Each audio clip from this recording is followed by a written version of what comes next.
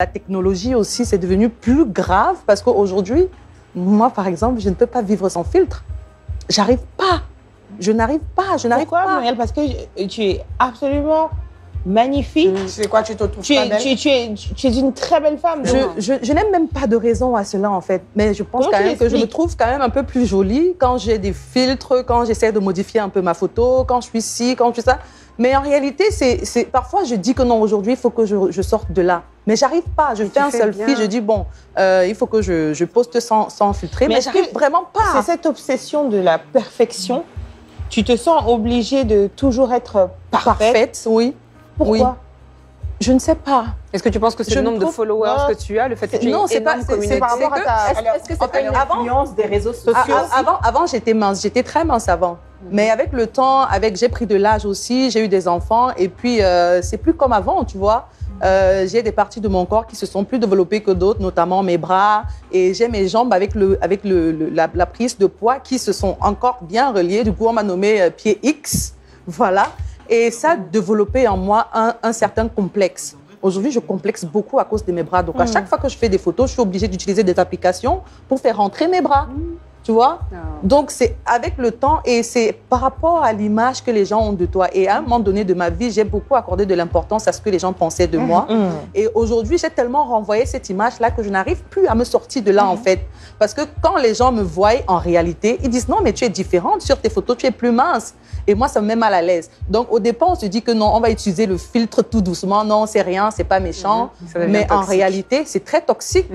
C'est vraiment toxique parce que ça te donne une image de toi que tu n'es pas en réalité. Qui n'est pas réelle. Mais comment tu fais justement quand les gens t'approchent et qu'ils réalisent que tu n'es plus cette personne Je suis très mal à l'aise. Ça te donne pas envie de justement poster des images de toi? Ça me donne envie un jour, mais après, dès que je vais poster... Mais on a des solutions. Parce que là, Muriel, on voit la différence entre Muriel qui est sur le plateau du Cœur des Femmes et puis Muriel qui est sur ses réseaux sociaux. C'est pas du tout la même personne. Et là, je pense que tu te fais vraiment influencer par tes followers, par les critiques sur les réseaux sociaux, tout ça. Alors, ça ne devrait pas. Déjà, ce que moi je peux dire par rapport à ça, en fait, je pense que déjà, Muriel, bravo. Parce que je dis, oui, là, déjà, on parlait comme ça, on est à la télé, donc c'est clair que après, quand l'émission va sortir, on va en entendre de tout, surtout toi. Et déjà, ce que je veux que tu saches avant de dire ce que je pense de ça, là où tu tires la force, ou là où tu as tiré la force de vouloir aujourd'hui en parler, j'ai envie de dire limite à visage découvert, parce que c'est un secret que tu n'as certainement jamais avoué. Donc là où tu as puisé le courage de le dire aujourd'hui à la télé que moi, Muriel, je suis comme ça, eh bien, c'est exactement au même endroit que tu dois pouvoir puiser le courage de te dire je dois rester comme je suis et non comme je veux que les gens qui me regardent, comme ils veulent que je sois. Leçon numéro 1, je me mets de ce qui me regarde. Est-ce que ça me regarde? Est-ce que ça me regarde? Voyons. Attends, je réfléchis. 1, 2. Bien sûr que ça me regarde. Quand ça concerne une femme de cette trempe, touchée dans la dimension de l'acceptation de soi, bien sûr que ça me regarde. Bien sûr que je vais en parler et bien sûr que je vais marteler. Salut à tous, c'est Méla pour vous servir, vous faire kiffer. Alors ici, je vais relever juste 3 grands points. 3 grands points. Et puis, we are out of here, ok? Je vais être très brève. J'aimerais qu'on puisse aller ensemble, n'est-ce pas? J'aimerais qu'on puisse aller ensemble. Souvent, on me disait que je n'ai pas l'esprit de synthèse, mais là, j'ai appelé l'esprit de synthèse. Donc, je vais être très, très synthétique et synthétisée. D'emblée, permettez-moi, s'il vous plaît, de féliciter cette dame. Oui. Être autant vulnérable devant le monde. Je voudrais dire de millions de spectateurs, mais franchement, c'est devant le monde. Ah, une femme de sa trempe. Franchement, il en faut du courage. Il en faut du courage. Et véritablement, on a toujours de l'honneur. On a toujours un profond respect pour des personnalités qui arrivent à laisser entrevoir leur vulnérabilité. Franchement, moi, je pense que c'est ça, en fait, qui fait la grandeur d'une personne aussi. Donc, Dame Muriel, sentez-vous respecter. Le chapeau, à Kochu Café. Yes, maman. Oui. Cette dame a révélé un problème qui souvent passe inaperçu, mais qui est super profond. Et franchement, on devrait prendre le temps d'aller creuser au fond pour pouvoir véritablement trouver un antidote à cela. Et honnêtement, je ne sais pas si on arrivera un jour. Parce qu'avec les réseaux sociaux aujourd'hui, c'est compliqué. C'est compliqué. Elle a juste parlé des filtres. Mais, vous savez, qu'il y en a qui sont addicted, hein, qui ont aussi des addictions. Que ce soit le make-up, n'est-ce pas, les cheveux des gens importés, des cheveux des Indiens, les Brésiliens et tout ça. Il y en a qui ne se voient pas en tant qu'Africaines avec leur propre peau. Donc, il y en a qui ne s'acceptent pas. Tout ça est parti d'où? C'est parti d'où? C'est parti d'où? Vous voyez? Ce manque d'acceptation de soi, les complexes. Évidemment, ça c'est mon premier point. Parce que mon propos s'articulera en 3 grands points. Premier point, on parle des complexes. Deuxième point, c'est la vanité des réseaux sociaux. Et en troisième point, c'est l'acceptation de soi. On va aller très très rapidement, ok? Souvent, on me disait que tu n'as pas l'esprit de synthèse. Vous savez, c'est un peu mon background d'étudiante en sciences juridiques qui me rattrape.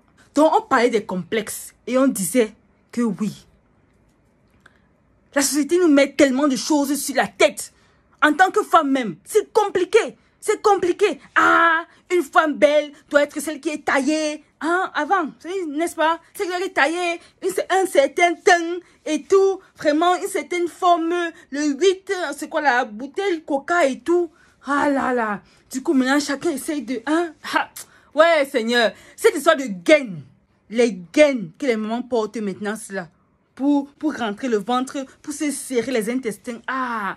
J'ai lu un documentaire dessus. Cette histoire est nocive pour la santé. Une histoire nocive. Une gaine est nocive. Franchement, allons lire concernant cela. Tout ça, n'est-ce pas, pour ressembler à... Et pour les yeux de qui? Pour les yeux de qui? La chirurgie esthétique, alors aujourd'hui, n'en parlons plus. Je suivais une émission où, n'est-ce pas, une femme s'est fait refaire le dos. Elle disait que non, son dos est droit. Je sais pas, elle voulait un dos droit. Elle voulait... Ici, là, elle mettre le botox là. Quelqu'un rit, il est comme ça là. Il n'arrive plus vraiment à rire. Tu vas rire comme ça là. Non, qu'elle rit, c'est comme s'il ne rit pas en fait. Est-ce que je suis pour ou contre la chirurgie esthétique? Ça, ce n'est pas le sujet du jour. Peut-être j'en parlerai dans une autre vidéo. Mais je veux dire, les complexes aujourd'hui, physiques et tout ça, sont terriblement en train de connaître un essor fulgurant. Et comme Dame Muriel l'a si bien relevé, c'est avec les réseaux sociaux. Tu vois une Brésilienne qui est là-bas comme ça, avec les lèvres comme ça. Hey! Oh, Jesus! Moi, en grandissant, j'avais un complexe au niveau de la poitrine. Parce que, je ne sais pas si c'est heureusement, rapidement, ma poitrine ne s'est pas développée rapidement comme... les personnes, comme les filles de mon âge. En classe de 3e, vous voyez, les filles ont déjà, voilà, les poitrines qui rebondissent et tout et tout. Moi, mes cadets, sur le plan de la classe, de l'âge et tout, avaient des poitrines qui sortaient. Pour moi, c'est comme ça là. Et vous savez que j'ai fait l'internat. Et à l'internat, on se lave ensemble. Donc, du coup, on était toujours en train de me regarder comme si j'étais une extraterrestre. Et donc, vous voyez, généralement, je marchais comme ça, là. Je marchais, en fait, et je portais toujours beaucoup d'habits pour pouvoir couvrir, pour qu'on ne ressente pas. Mais franchement, est-ce que les filles me laissaient alors? On me pose un tas de questions, comme c'est moi qui me... Me suis-je auto-créé? Donc, j'ai développé des complexes comme ça. C'est vrai que c'est un troisième point qu'on devait parler de l'acceptation de soi. Mais pour finir, en fait, aujourd'hui, j'ai eu la possibilité de faire plein de choses. Vous savez, je suis en Chine. Et puis, il y a plein de machines qui font genre, qui tirent les affaires là devant et tout. Mais vous croyez que moi, je vais sortir mon argent. Pardon. C'est un complexe. Je suis arrivée à un moment où je me dis, si. Look at this fine girl. Look at her. C'est vrai que tu as beaucoup de taches sur le visage, ma copine, mais, ma soeur, tu sans make-up, tu non, sérieux. Aujourd'hui, avec le make-up même, dont on parlait tout à l'heure, Il y a les filles que non, si elles n'ont pas des soucis, si elles n'ont pas recouvert leur visage, elles ne sortent pas de la maison. Hein? D'autres estiment qu'elles ont des petits derrière, donc elles portent les collants qui font rebondir. Hein? Peut-être Muriel, c'est juste peut-être ses bras et tout, parce qu'elle a la poitrine, elle a le bassin et tout. Mais il y en a qui portent justement des prothèses de fesses. Bon, on ne dit pas les prothèses, les collants là. Les rembourrés et tout. Vous connaissez tout ça. Tout ça, ce sont des complexes. They are complexes. Yes. You know what I'm saying? Des complexes qui viennent d'où? J'ai écouté l'histoire de cette femme-là, de cette femme de l'Afrique du Sud qui avait été déportée de force. Non, pas de force. Elle avait signé un contrat. Une illettrée qui signait un contrat. Vous voyez que bon, on s'est joué d'elle. Elle allait servir comme un phénomène de foi dans un pays, on la violait, Je sais pas, vous avez écouté cette histoire, je sais plus comment elle s'appelle. Elle s'appelle comment encore cette femme-là? Et donc, cette femme avait la particularité d'avoir un derrière, un véritablement gros derrière et tout. Aïe! Donc les gens la rabaissaient, on crachait sur elle, on la voit, esclave et tout. Ah là. L'histoire me fait encore très très mal. Mais vous savez quoi? Les femmes des environs l'enviaient. Et donc les vêtements, la mode a commencé à évoluer. Les femmes maintenant cherchaient des choses pour rembourrer un peu. Donc les tenues des femmes, les robes maintenant étaient des choses qui ont de grands derrière. Vous voyez, un peu pour ressembler à cette femme-là. Ça devient peut-être un standard de beauté. On la voyait comme belle, mais il ne pouvait pas lui dire en fait qu'elle est... Bref, les complexes là, ça vient de la société. Ça vient des gens, ça vient des étrangers, ça vient de la colonisation. Ça vient de la colonisation. Croire que l'autre est meilleur que moi, l'autre est plus beau que moi parce que il a une peau claire. Qui a dit que la peau claire est meilleure? Moi, j'ai aimé voir la Miss Côte d'Ivoire cette année. J'ai aimé voir la Miss Côte d'Ivoire. J'ai aimé la voir. Tête rasée. Ding et bang. Belle. Belle. J'espère que vraiment ça va un peu attirer l'attention. Hein. Mais en Côte d'Ivoire, on ne fait pas trop les trucs que voilà. On tchatcho, c'est tchatcho la peau, bien quoi que ce soit. Mais en Côte d'Ivoire, les filles ne font pas trop ça comme au Congo, au Cameroun et tout. Aïe. Donc, on passe au deuxième point. C'est au deuxième ou troisième point. Au deuxième point, vous voyez, une personne publique de son envergure vous dit que, me voici là. Hein? J'utilise des filtres pour me rentrer le bras et tout ça. Hein? Pour que ça projette à vos yeux une personne, n'est-ce pas, qui est physiquement parfaite. Et c'est ça que les jeunes filles envient aujourd'hui. Hein? Peut-être elle le fait juste pour ses bras. Mais combien le font pour leur bien? Combien le font pour des voitures, des immeubles et tout, les fonds verts et tout? Les gens vont aller voir que, vraiment, il a l'argent, il est riche, il a machin. On s'est dit la dernière fois sous un post que j'ai fait. L'herbe n'est pas plus verte ailleurs, maman. Tu penses que l'herbe est plus verte ailleurs jusqu'à ce que tu t'approches et tu te rends compte que quoi? Que c'est de l'artificiel, que c'est du plastique. Hein? Oui, maman. Donc chacun devrait travailler sur soi. Travailler à être la meilleure version de lui ou d'elle. Franchement.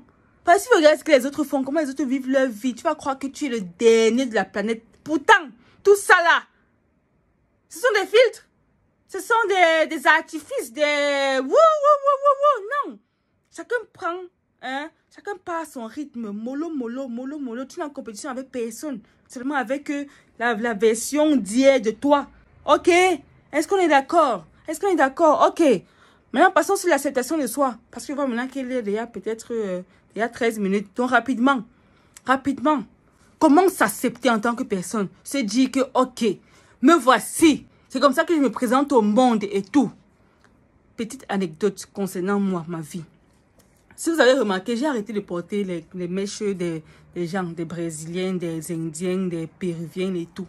J'ai arrêté. Pas du jour au lendemain. Mais il y a quelque chose qui s'est passé dans ma tête en fait. Il y a quelque chose qui s'est passé dans ma tête. Quand je suis arrivée en Chine, j'étais la seule fille dans ma classe. Bon, la seule étrangère, la seule noire dans ma classe. Je me rends déjà compte que tous mes camarades de classe ont leurs propres cheveux. Ont leurs cheveux. C'est ça qu'elles attachent. Elles ont peut-être la même coiffure, la même apparence chaque jour. Et moi, je viens, lorsque on me demande, parce qu'elle demande, elle touche, elle te dit que, ah, ce sont tes cheveux, tu dis non, ce sont pas mes cheveux. En fait, tu joues genre, ah, pourquoi elle ne porte pas ses cheveux? Pourquoi est-ce qu'elle achète des cheveux? Pourquoi? donc c'est bien bizarre pour moi, c'est, ah, faites ce que je veux, c'est ma tête, j'achète ce que je veux et tout. Mais bon, ça continue comme ça, À un moment, voilà, vous savez que nous, les afros, on aime bien changer les coiffures. Aujourd'hui, tu as le blanc, aujourd'hui, tu as le noir, aujourd'hui, c'est long, demain, c'est court, demain, on me posait trop de questions. Bref, à un moment, même, je me dis que, ah, je change un peu de coiffure. Bref.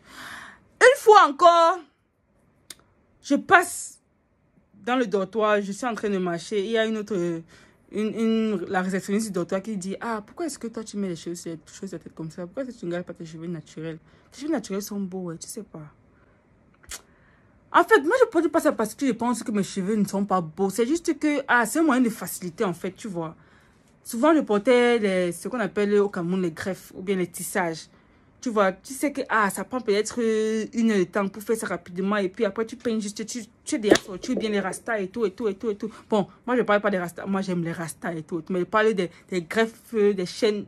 Je parle des choses brésiliennes et tout ça. Je parle de ce que vous connaissez la vie. Donc, une fois encore, je suis en train d'enseigner les enfants chinois et tout. Et ils me regardent là, ils disent que, les faux cheveux. J'ai dit que, mince, c'était de trop.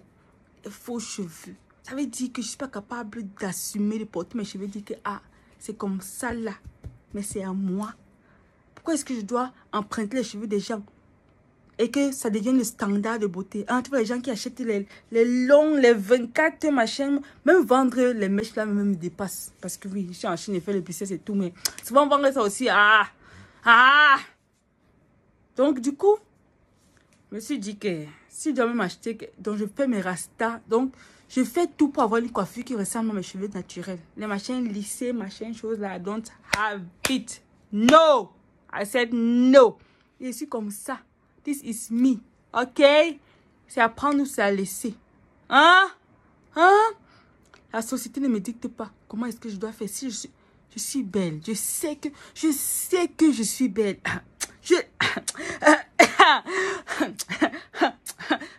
Je sais que je suis belle, inside out.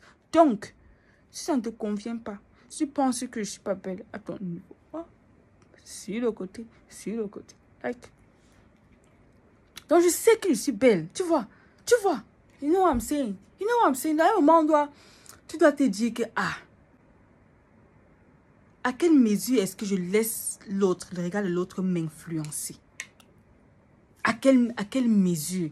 J'ai fait un post sur Facebook aujourd'hui parce que c'est un interview que j'ai entendu. Le maître Tabula Beko dit que il y a longtemps, j'ai fait le deuil du regard d'autrui. Il y a longtemps, j'ai fait le deuil du regard des gens. Moi, ça m'a frappé. Bam, bam, bam. Oui, le regard des gens. Le regard des gens, mes amis. Et c'est ça qu'on va terminer cette vidéo parce qu'elle devient déjà beaucoup trop longue. Dites-moi ce que vous en pensez. On se retrouve ensemble pour la prochaine vidéo, les gars. C'était Mela pour vous servir et vous faire kiffer. J'espère que vous avez kiffé. Vous avez kiffé, vous savez quoi faire, n'est-ce pas? Cliquez sur tout ce que vous pouvez cliquer là et bye. N'hésitez pas à liker la vidéo si elle vous plaît et si vous êtes nouveau sur la chaîne, n'oubliez pas de vous abonner et d'activer la notification pour ne rater aucune de nos prochaines vidéos.